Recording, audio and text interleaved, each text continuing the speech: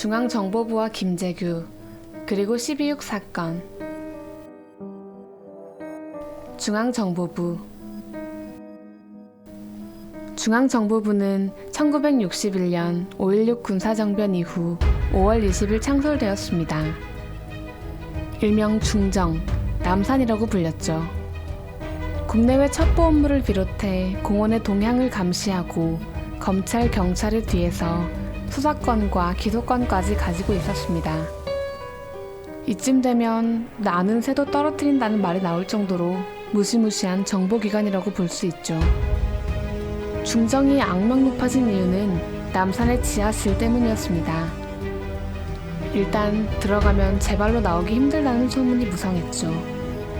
이를 보여주는 대표적인 사건이 1964년 인민혁명당 사건, 1967년 동백림 사건, 1972년 김대중 납치 사건, 1974년 인혁당 재건의 사건, 1976년 코리아 게이트, 1987년 박종철 고문치사 사건입니다. 한편 중앙정보부는 대통령 직속기관으로 중앙정보부장은 현재 장관보다 높은 지위에 있었습니다. 대표적인 중앙정보부장으로는 초대 부장인 김종필을 시작으로 김형욱, 이후락, 김재규, 전두환 등이 있죠. 중앙정보부는 1980년 12월 31일 국가안전기획부로 변경되었다가 1999년 1월 21일 국가정보원이 되면서 오늘날까지 이어지고 있습니다. 현재는 해외 정보 활동, 국제 범죄 예방, 대공수사, 대통령 보좌, 국내 공작, 북한 이탈 주민 조사 및 보호 등의 업무를 수행하고 있는 기관입니다. 최근 중앙정보부를 배경으로 한 영화들이 나오면서 그 활동에 대해서 어느 정도 알려졌습니다. 대표적인 영화로는 2012년 남영동 1985, 2013년 변호인, 2017년 1987, 보통 사람 등이 있습니다. 2020년에는 남산의 부장들이라는 영화가 개봉 예정에 있습니다. 이 영화들을 통해 중앙정보부의 당시 활동과 분위기를 볼 수 있죠. 김재규의 생애. 대표적인 중앙정보부장 중 한 명인 김재규에 대하여 알아보도록 하겠습니다. 김재규는 1926년 경상북도 구미시 선산읍 이문리에서 태어났습니다. 아버지가 정미소를 운영했다는 것으로 보아 당시 지역사회에서는 어느 정도 권력과 재산이 있는 집안의 아들로 생각해 볼 수 있습니다.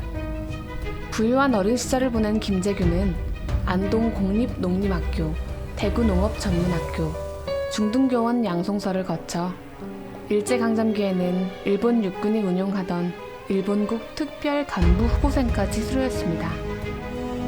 1945년 해방 이후에는 교직 생활을 하다가 1946년 조선국방경비사관학교에 2기로 입교했습니다. 이때 동향이었던 박정희 전 대통령과 동기생으로 인연을 맺게 되죠.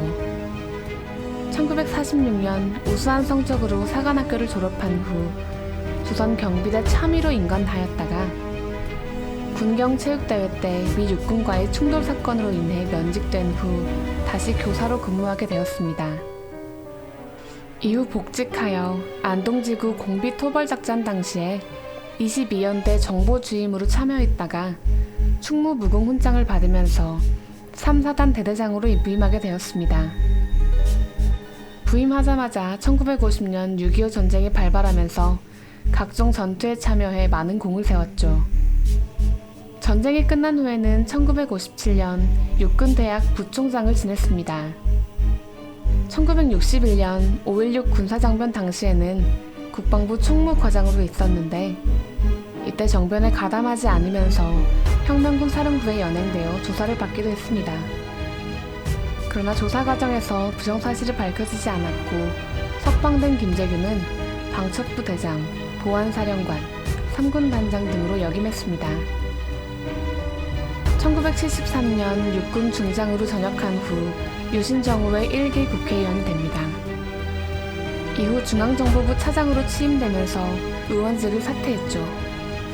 1974년 9월에는 건설부 장관으로 승진해 당시 8천만 달러의 해외 건설 계약고를 30억 달러까지 올리는 공을 세웠습니다.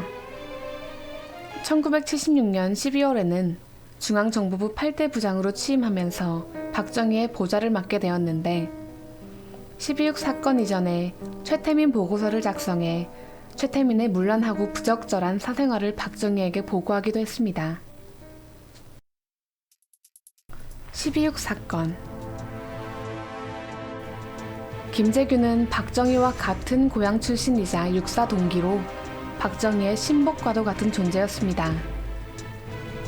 그러나 몇 차례 정보 업무 수행 과정 중 박정희에게 무능하다며 힐책을 들으면서 점점 신뢰를 잃어갔죠. 또 당시 대통령 경호실장이었던 차지철이 그의 업무에 제동을 걸면서 불만이 쌓여갔습니다. 더욱이 차지철은 대통령의 총애를 받으며 대통령 경호라는 미명 아래 월권 행위와 경고망동을 했고 부통령이라 불릴 정도로 막강한 권력을 자랑하고 있었습니다. 이런 상황 속에서 김재규는 불만을 품게 된 것이죠.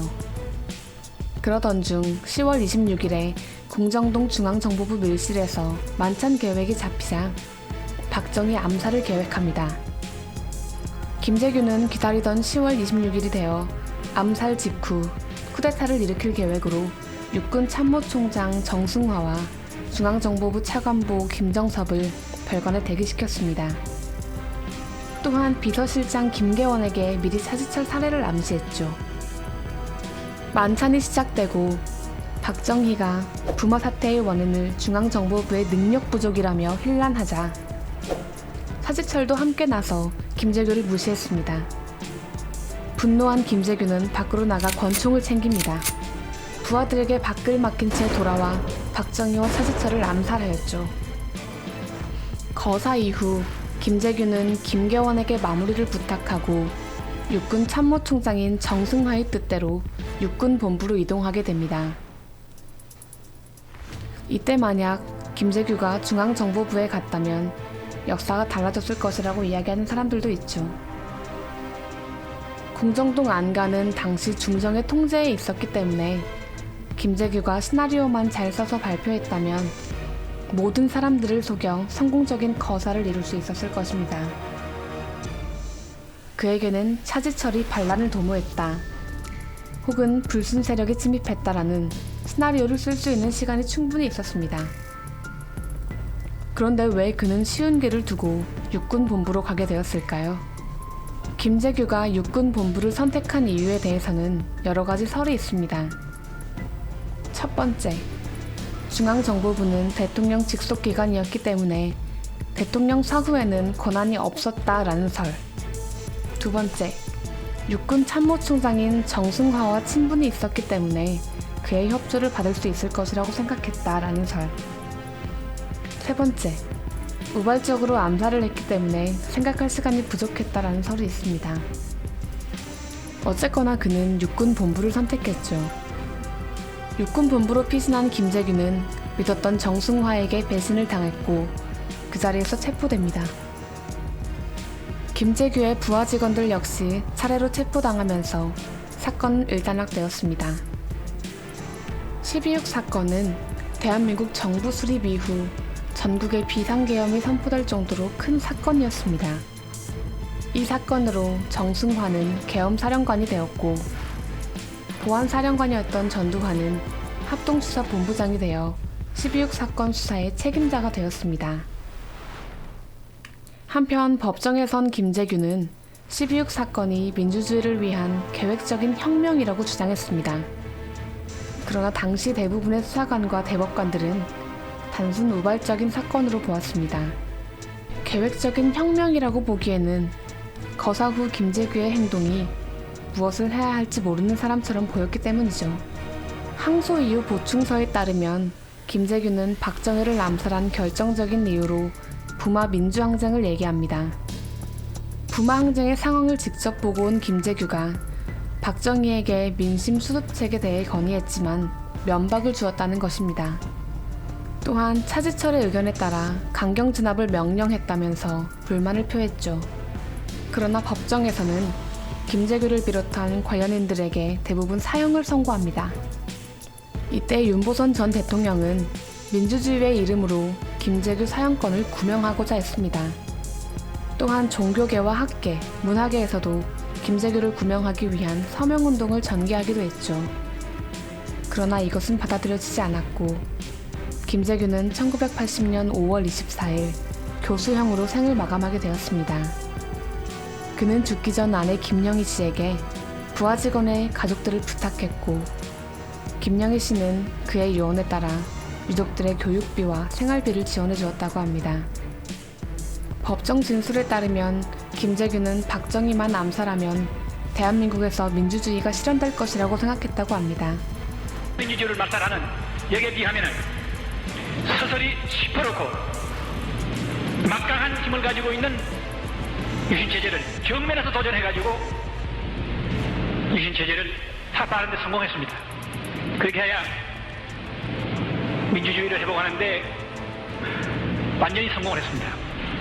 따라서 실제로 12.6 사건 성공으로 유신체제가 무너지고 민주인사들이 석방되었습니다.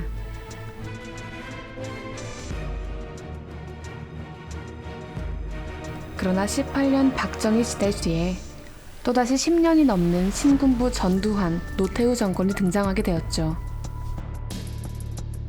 12.6 사건에 대한 평가.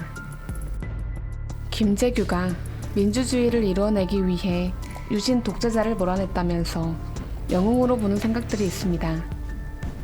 당시 부마민주 항쟁에 박정희와 차지철은 강경 진압을 계획했고 12.6 사건이 아니었으면 많은 국민이 희생되었을 것이기 때문이죠.